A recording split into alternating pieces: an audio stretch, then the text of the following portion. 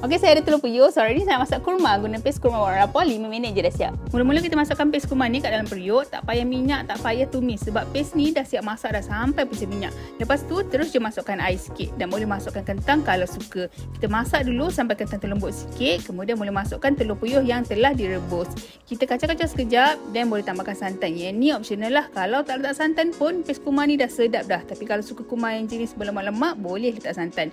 Last sekali boleh masukkan bawang besar dan juga cili besar kalau suka. So dah siaplah kita punya kurma telur puyuh. Senang sangat-sangat.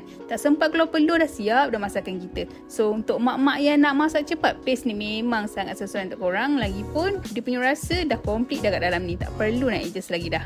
Okey, dah siap dah saya punya kurma telur puyuh. So korang nak guna telur yang lain-lain pun boleh juga. Telur ayam ke, telur itik ke, ataupun nak guna protein-protein lain pun boleh juga. So kita punya paste kurma ni memang boleh masak segala jenis lauk.